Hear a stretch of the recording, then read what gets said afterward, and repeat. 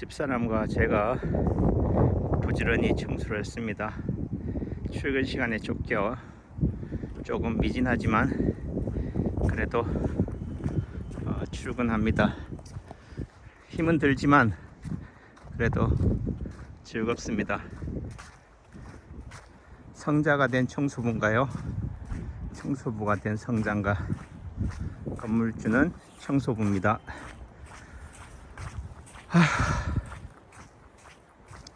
자연은 경계가 모호하다. 사람은 경계가 분명하다. 진영 논리에 쌓여 있다. 흑백 논리에 갇혀 있다. 사람들이 왜 난간을 안 하냐고 옆집에서도 난간을 여기 하랍니다. 근데 저희 땅은 저 담벼락이거든요. 그래서 사람은 다 자기 중심인 거죠.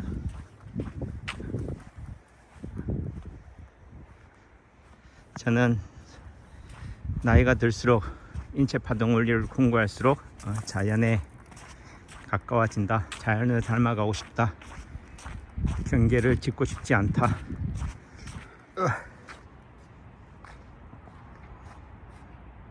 안전지상주의는 예술을 부정한다.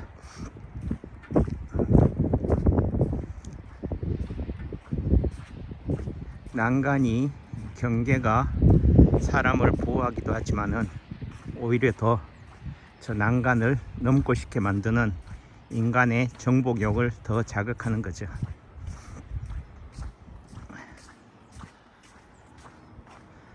인체파동 원리는 뭐 때문에 다치는 게 아닙니다. 다칠 수밖에 없어서 다친다.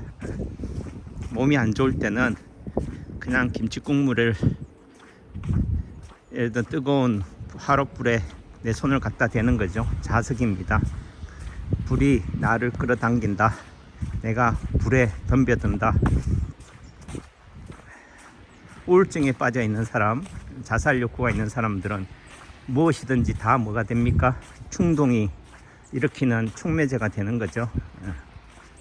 빨려 들어가는 겁니다.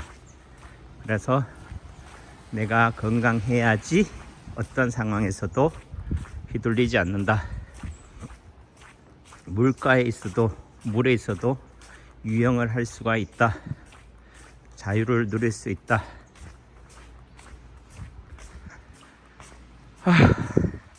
인간은 그래도 이렇게 끊임없이 도전하고 도전을 통해서 극복을 통해서 보람, 성취를 느끼는 거죠. 오늘 하루 뿌듯합니다. 염화칼슘이 편리함을 줄 수 있지만은 그래도 노동의 땀의 수고로움이 주는 보상도 큽니다. 화이트 크리스마스입니다. 행복하시고요. 세상이 아무리 힘들다 하더라도 지나고 나면은 추억이다. 다 잊어버린다. 전 월급쟁이 시절이었기 때문에 IMF가 있는지도 몰랐습니다. 꼬박꼬박 월급이 나오니까. 이제 소상공인 구멍가게 자영업자가 되고 보니까 코로나가 경기가 피부에 와닿습니다. 그래도 인류 역사상 지금 이 시대만큼 행복하고 자유로운 시대가 있을까요? 영양남가가 양반입니까? 쌍문놈입니까? 조선시대는 그 신분에 따라서 노예로 태어났으면 평생 종으로 살았겠죠.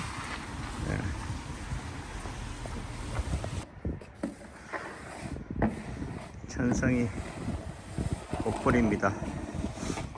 내가 하면 되는데 그래도 답답해서 톡 터져서 하겠답니다.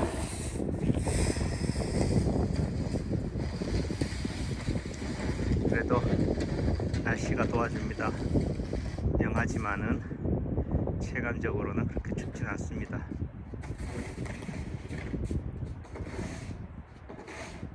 그래도 눈이 좋습니다. 치울 땐 치울 값이라도. 지금은 양반 싼 놈의 신분이 없지 않습니까? 하는 짓, 하는 말에 따라서 양반이 되기도 하고 쌍놈이 되지 않습니까? 또 우리가 말하는 주술, 점쟁이, 아기보살, 무슨 천공도사가 되면은 천박한 걸로 되는데, 저는 이성과 감성, 그런 점괘 이런 쪽은 미신, 무술 뭐 이렇게 표현할 수도 있지만은 제가 볼 때는 직관의 영역이다.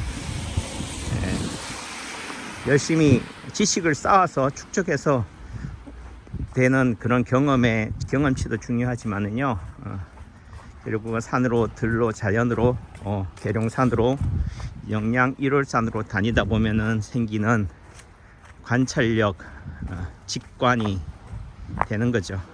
그걸 뭐 촉이라고 하겠죠. 미래를 보는 예언력이다 라고 하는데, 미래는 제가 인체파동 원리로 공부한 입장에서는요, 아무도 몰라요.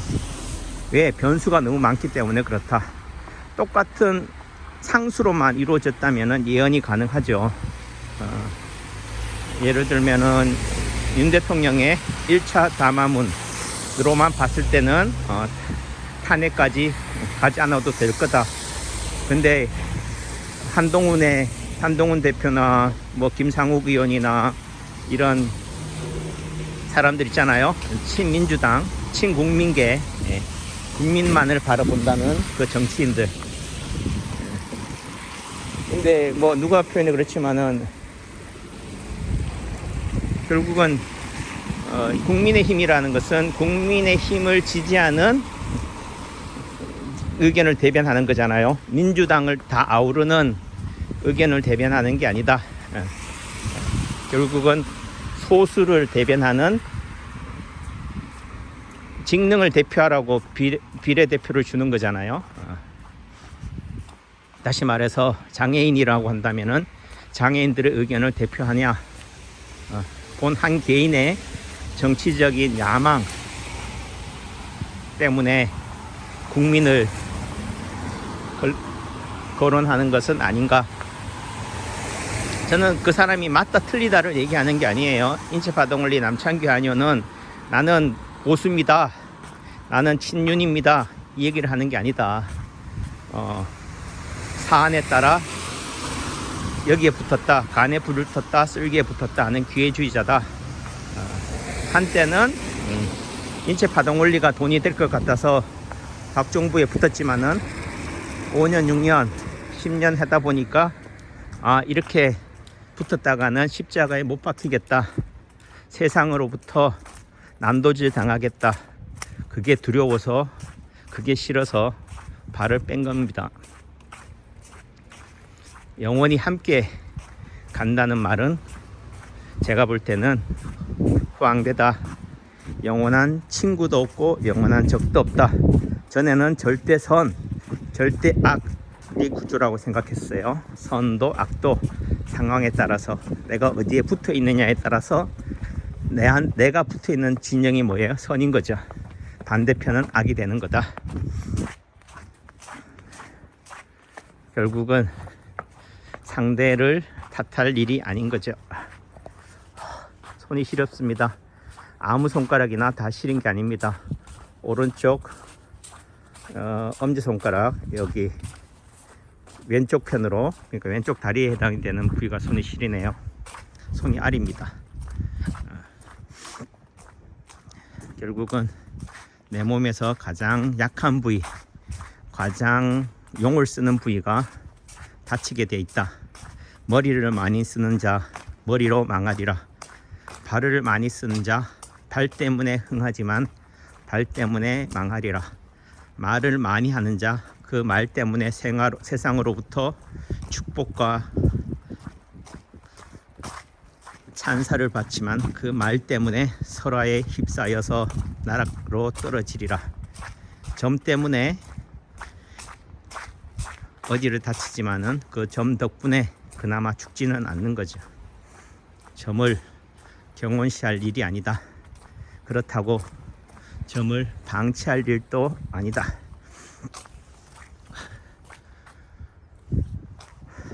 동네 한 바퀴입니다. 힘은 들어도 발은 신발 양말석에 양말은 축축히 젖어 들어가도 저는 이렇게 눈바람을 맞으면서 출근하는 게 좋습니다. 출근길에 쫓기더라도 그래도 이런 여유로움을 즐기고 싶습니다.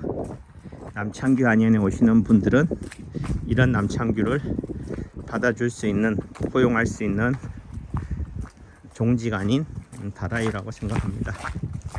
그래요. 행복하시고요. 덕분에 오늘 눈이 와가지고요. 저는 어쩔 수 없이 눈을 치울 수밖에 없는 상황으로 몰렸다. 그래서 아내와 함께 눈을 치웠습니다. 집사람 보고 못난 신랑이지만 그래도 없는 것보다는 데리고 사는 게 낫지. 잘나든 못나든 그래도 누군가 옆에 함께 호흡할 수 있다는 것만으로도 행복하지 않습니까?